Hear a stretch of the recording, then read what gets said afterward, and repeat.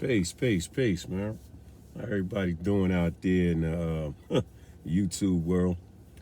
Back again for another round.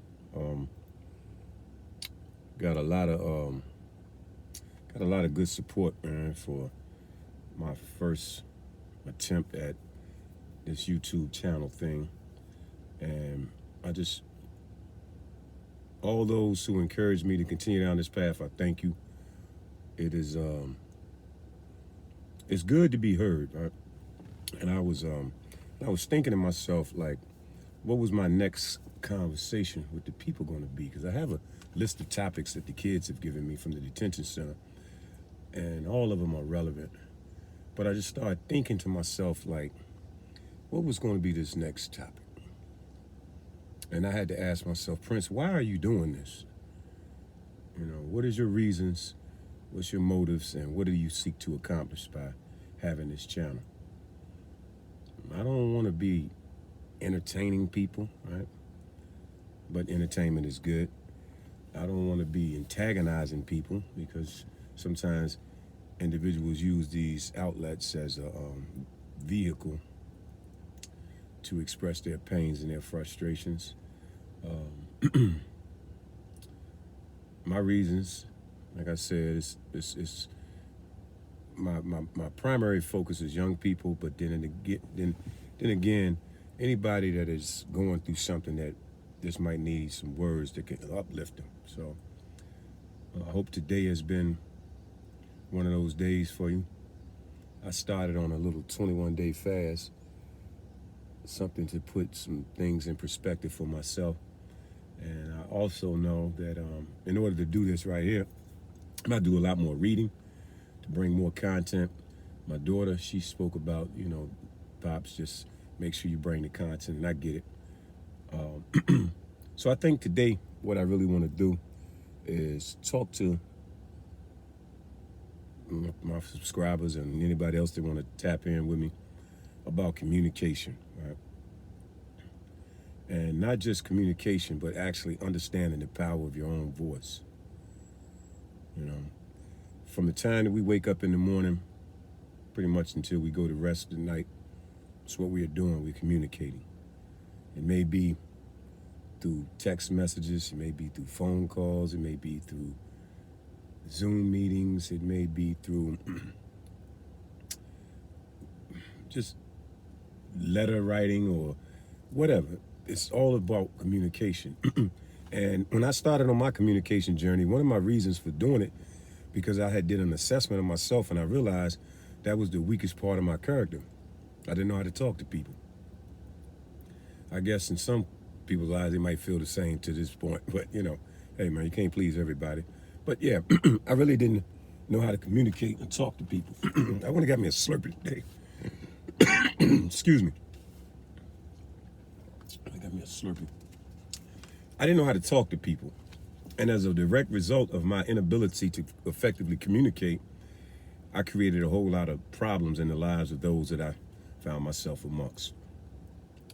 One of the greatest things that has ever happened to me was getting introduced to Supreme Alphabets.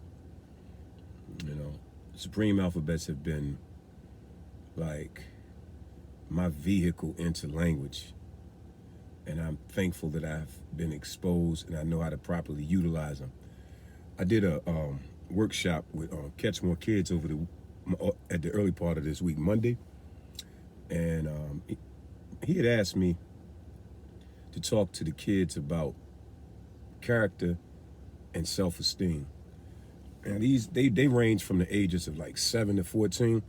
So the challenge was not to go in there and try to speak above their head, but speak in a manner where your message connects with your audience, right? So I had to figure out what would be my best approach to communicating with this demographic to get them to understand the importance of what the topic was, character and self-esteem. And I started my my conversation with just simply asking them, how many alphabets are there in the English language? And their response was 26, and that's beautiful, right? I said, now, in these 26 letters, right, how many different word combinations can you come up with? After that, I asked them, I said, can somebody please give me a dictionary? They gave me a dictionary, and I said, now, this dictionary is a book of what? Words and their meanings. And then from there, I started to build a conversation around understanding how to utilize, or if you find yourself confronted with a word that you don't know, don't be lazy and just shake your head to pretend as if it does, that you do when you don't. I said, because these words have power, especially when they are utilized in a way to paint mental pictures to help a person see, right? We tend to use our words to tear people down, say mean things, say ugly things, or, just a whole list of stuff that individuals do with words. I've done it and I've been guilty of it. So I'm not speaking to you as if I'm some type of saint. Y'all got to pardon me, man, because something seems like it's in my throat or something. All right. So I started with that. And I said, these letters come together, consonants and vowels. They come together, and then they produce syllables or sounds. And then these sounds or these syllables are constructed into words. Like, if I would ask you just a simple question, could you give me a picture of the, right? You can't, right? But if I said to you, what does the car look like? You could imagine that. So some words have imagery to them. Once I found the power of my voice and the power of words, I started to utilize it in a way that could magnetically draw up situations that I found myself confronted with. So let's look at it like this, y'all. All right, we got communication. What is it? Why do we need it? What should we be doing with it? All right. From my studies, right, and communication takes you into a broad field, right? In my studies, I learned that communication consists of, the components of communication, pardon me. The components of communication consist of a sender, a receiver, a message, a transmission of the message, and an interpretation. And I asked my youngest, and when I went to the detention center that as well, and I asked them the same question. I said, when you're speaking to someone, right? I don't care who it is, but you are the sender. Where lies the burden in regards to making sure the message gets to the receiver so that they can fully understand? You may say, this person right here, he's not smart or she's not smart or whatever that means. But the burden of responsibility is on the speaker. All right. And when you're speaking to people, you have to take into consideration their background, their demographics, their educational level, their respect for you in a sense, because most of the times people are not going to listen to individuals that they don't respect. So we got the sender, the receiver, the message, the transmission, and the interpretation. I read a book by John C. Maxwell, and you might want to check this out when you get the chance. It's a really good book. He's authored a lot of great books, to be honest with you. I like to look at him as one of my mentors. But he wrote this book called Everyone Communicates, but Few Connect. And when I say communication, I'm not talking about the exchanging of information. I'm talking about having a conversation where the person that is speaking and the person that's listening share a understanding of what's being said and can draw or grow from the conversation. Words. Some years, months, and days passed, right? I came up with an acronym for the word, right? WORD. And what came to me was the word is where our reality develops. right? The Word. And the Bible, it says that in the beginning was the Word, and the Word was with God, and the Word was God. Okay. Some brothers and sisters, you may even hear, say that their word is bond and your bond is life, and you give your life before your word shall fail. For those that dissect, some may say word to life or word to God. Right? These are just different forms of expression that we utilize when we're speaking about the word to God. Because when we make a statement like that, we are saying that we are speaking with integrity, honesty, and truth. And we want the person that we're speaking to believe what it is that we're saying. It's a beautiful thing. So we got this communication cycle that's taking place, right?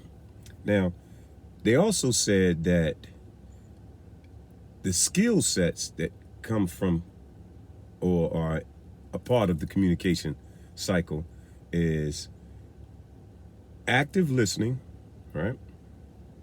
Nonverbal,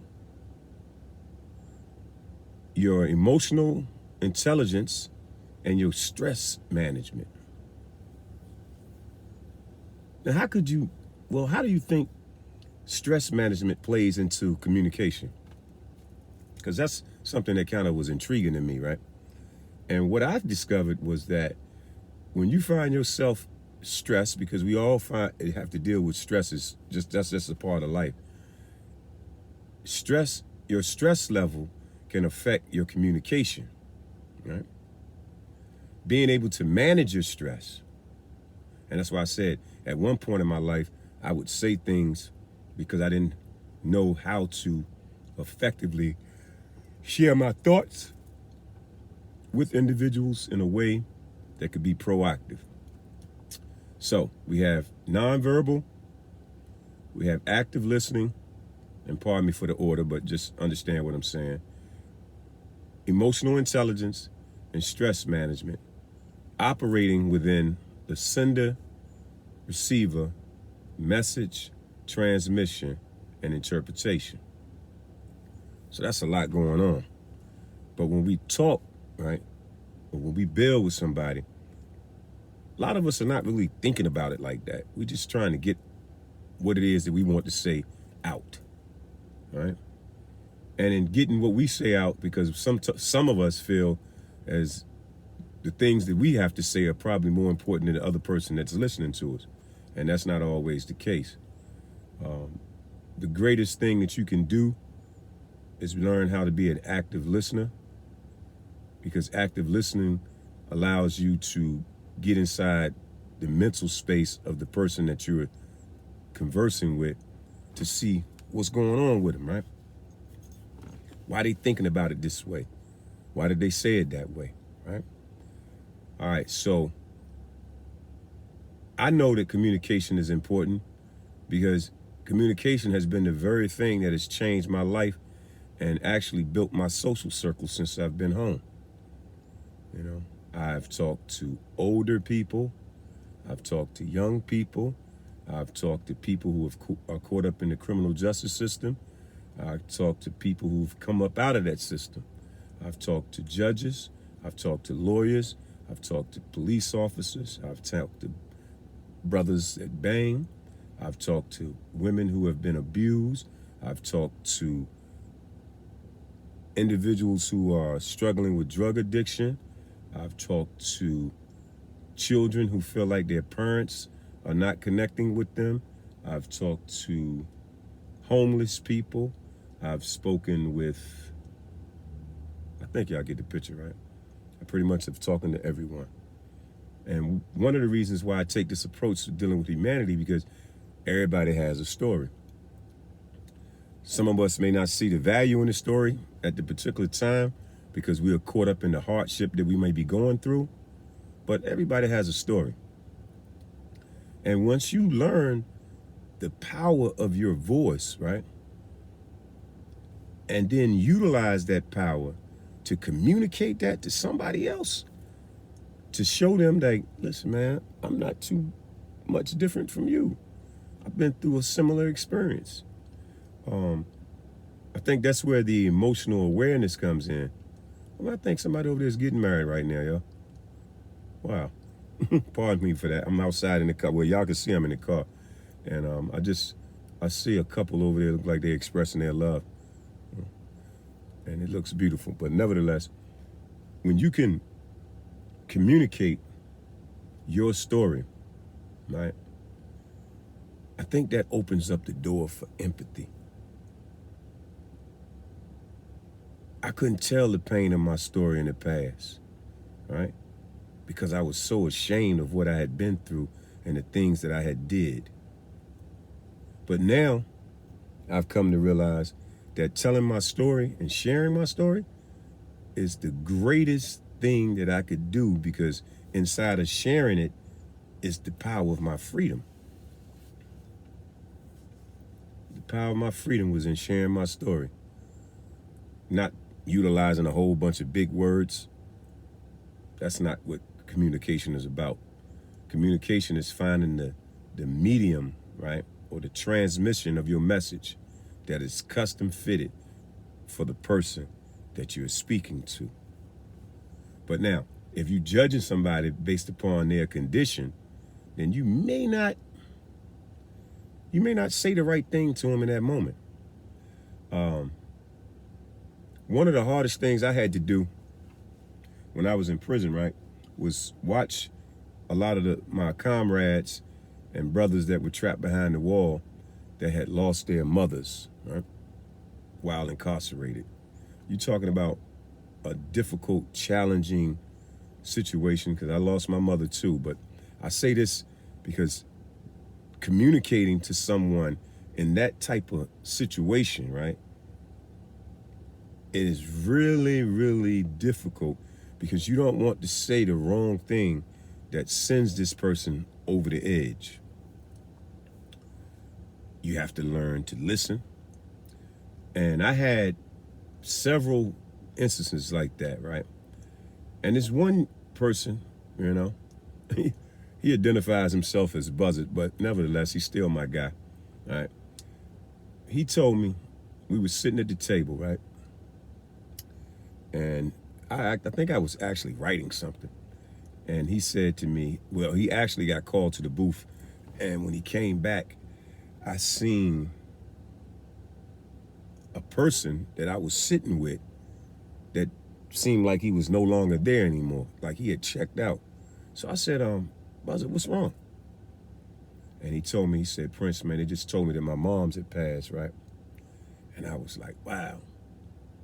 I can't get wordy in that type of situation. And I know that how difficult it was for him in that moment. So you know what I did? I looked for the proper medium to communicate to him my concern and my condolences for his loss.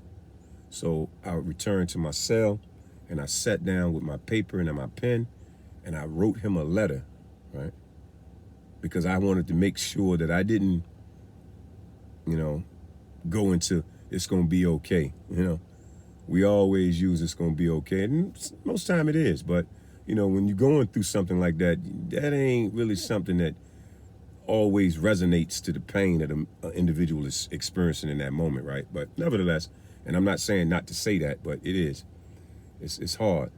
I wrote him a letter, and the reason why I'm bringing this up, because this was a communication, finding the proper means. He told me not even a year ago, and I'm almost 5 years home now. He told me not even a year ago, and this had to be, well, I know it has been over 10 years, almost 10, or at least 8 or 9, somewhere in that range, that he still has that letter. And that letter was the very thing that kept him from losing his mind. Now, do I know exactly what I said in it? No. But what I do know is that when I sat down to write him, I was looking for the perfect words to express my genuine concern for him as a person, and to let him know that my words are not going to bring your mother back, but Bro, if you need somebody to talk to, share some feelings with, share some thoughts, you know, you're stressed out, man, I'm here to talk to you. And that's what I did.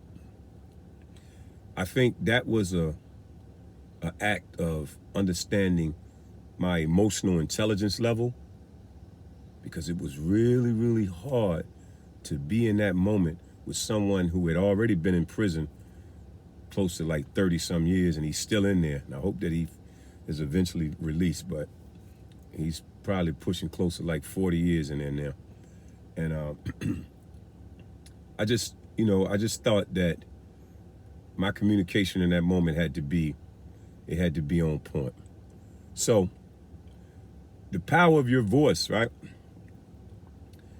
You could say something to a person in an instant that sends them on a crash dummy mission, or you could say something to a person in a moment that lifts them up from the pits of hell to make them understand or help them understand, because they got to draw the understanding up themselves, the power of the word and the power of their voice. A lot of times when I go to the juvenile detention centers, right, the staff constantly, you know, they give me praises, which I really don't need it, but they do. And I appreciate all the staff members that are in there with our kids. And I want to share another little story that was disappointing for me Monday, actually, before I went to do the thing with the Catch More Kids Foundation. The staff always say to me how much they appreciate and how connecting my thoughts and words are with the young folks in there. And like I said, I don't have no magical formula to it. I just know how to listen, right? And I know how to use the canvas of their mind, right? Because when I go in there with the thought, I'm like, okay, everybody in here is a blank canvas, right? A lot of them are highly emotionally charged individuals. A lot of them are coming from broken homes. A lot of them have some street affiliations that they want to be loyal to. So what I do, I look for that one thing, right? That one thing, it could be a personal thing that appeals to the consciousness of the young people that I'm speaking to, so that my conversation or my words can penetrate whatever resistance or barriers that they find themselves confronted with, and then get in and then settle on the best part of those beautiful, bright children. Maybe it is a skill set, I don't know. The only thing I know is you got to be able to use your words in a way that uplifts, that encourages, that inspires, that gives people hope, helps them believe in themselves, you know. And I don't want to get into no semantics, because I know how brothers do. They get to talking about this word, this, and I'm not even with all that. What I'm saying to you is, if you're using your words in a way to bring a person up out of a state of darkness, right, into the light, and the light would be the understanding, then all praise is due to you. And if you're using your words in any other manner because of jealousy, hate, greed, fear, anger, well, maybe you need to go to the mirror and ask yourself what happened to you. The power of your voice. I'm sitting in this car, and I ain't even gonna say alone, because I'm here with you. And I felt the need to record something, to share something, because I feel a sense of urgency over my life now, right? And I think that that's something that should compel all of us. And if we feel urgency over our life, right, then that has to be a matter of time. How much time are you going to have to spread your message? How much time are you going to have to give to someone that is struggling, that can carry on in your absence? How much time are you going to have with your family, your wife and your kids? How much time? We don't know. How much time? Whatever the time is, what we got to realize is this right here, y'all. We exist on a planet with billions of people. There's language barriers, all right? There's educational differences. We have social differences. But when we meet people, right, the common ground is we are all people. So instead of becoming confrontational when something that you don't understand, seek to listen and figure out what's going on. All right? Give your ears a chance, right? Stop having all the answers for somebody else's life. You know? You can figure out everything that somebody else is doing or needs to be doing with their life. And then when you look at your own, you say to yourself, well, wow. Because right now with me, I know exactly why I'm in the position that I'm in. I ain't no better. I ain't no worse. I ain't sad, right? And I'm happy to be able to take some time out to share some words to inspire, because this platform is going to grow. I already know it is. But the first thing I got to do is just get it off the ground, right? And as it continues to grow, right, the burden of responsibility that's going to be on me is to continue to bring some quality content. I looked at my bookshelf today and I said to myself, you know, this is going to be a good challenge for you, Prince, because it's going to force me to have to go deeper into the archives of the information that I have available, you know, to give those nuggets of information, you know, those jewels. Because what I used to do, and my those who have subscribed and know me, I used to send out messages daily to people that were in my contact. And I'm gonna have to get back to that. And then if I don't do that, then this will be just like my love letter to you all. All right? Just treat this as a love letter to you all for the role that you play in my life, for the inspiration that I get from you all, for being able to tolerate me on some days when I'm being difficult, for just giving me the love that I've always wanted, and the friendship and the brotherhood and the sisterhood, you know. Yeah, this is, I'm gonna treat before you do something as a love letter to you all. So I just want to tell y'all thank you, right? Yesterday was kind of hard for me because the young lady that I had went to her school and talked to her and her teacher, right? She had gave me an invite. She said she wanted me to come up and meet her principal. And I went up there and we sat in the principal's office in the so-called alternative school for probably about, a little over an hour, right? And I thought that we had gotten through, and I'm not saying that we didn't get through it all, but the reason I bring this up is because when I left out of the detention center yesterday, all of the girls didn't come out to the chess club because they were, two of them were in their areas. And what happened was, as I was leaving, one of the staff members told me that she had came back into the juvenile detention center. And it hurt me, yo. It hurt me.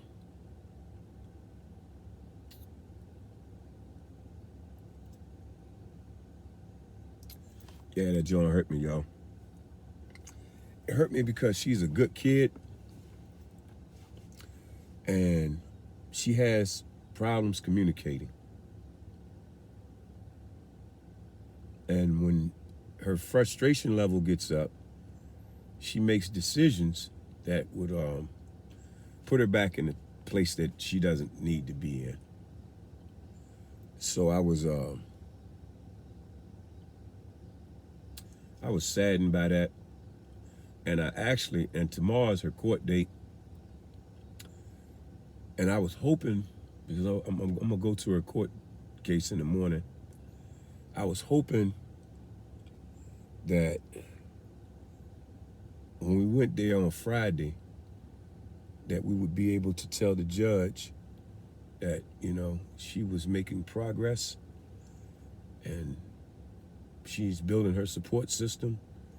She's learning how to better communicate with her family and things like that. But I know the narrative that's going to be spent when he sees that she's back into the detention center again. So I just hope things work out for her, because I told her that, you know, you're going to have to do better with your communication. And when you get yourself frustrated, you just can't do everything that your emotions try to manipulate you to doing. You know, our kids are too important. And a lot of the parents that don't know how to communicate, they are actually reinforcing the thing that we're trying to help them break free from. So, you know, and that's not a shot at the parent, because we all have to do better at it, you know. Every last one of us is the child of someone, so all of us got that in common. If you're here on this planet, you're somebody's child. And you might be somebody's child and you might be a parent too, but you definitely somebody's child. So there go common ground for us. Like I said, I wanted to get a little interactive with the board, but right now I just felt like I just needed to talk to y'all, that's all. And I'm going to follow the instructions of those who told me. They said, Prince, one of my brothers told me, he said, man, just record, bro. Just record. And that's what I'm going to do. I'm going to record, and I'm going to do my best to have a genuine conversation so we can love up on each other and hopefully prevent one another from making a really bad decision that will greatly impact you for the rest of your life. You know? So before you do something, we want to just have you pull up on a real conversation that could potentially slow you down to keep you on this side of things, you know? That's the key. That's the jewel. That's what we're seeking to accomplish. I had another incident at a store with one of my youngins, and he was teed up. And what was really troubling about it, he was at work, and I was like, man.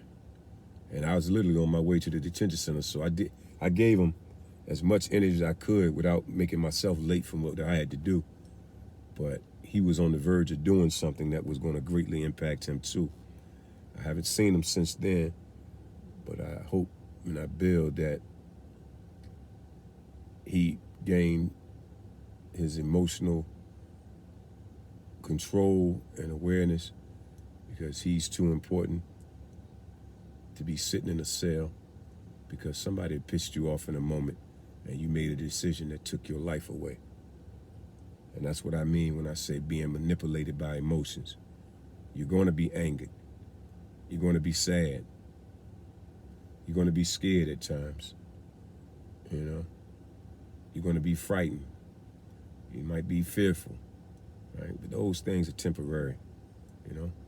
What you have to do is understand that when you use the power of your voice, right? When you use the power of your voice, you are actually using your greatest weapon in the shaping of humanity. Because your voice should be connected to your intelligence level. You're speaking what you know. And if you know yourself, what greater weapon than you can have than that? If you know yourself, that's what other weapon do you need? And once you know yourself, you want to communicate the beauty of that to the world. Communicate the beauty of that to the world. And remember that the word is where our reality develops. Yeah. Man, y'all be at peace. I don't know exactly where all of my episodes are going to be filmed at, but I'm gonna film them as I feel it, and I'm gonna give voice to it. We're gonna build on it, and that's just what it is. You know, the world is our stage. We need some light. Come outside into the sun. The earth is your stage. Give it your best performance, man. Y'all be at peace, man. Love y'all.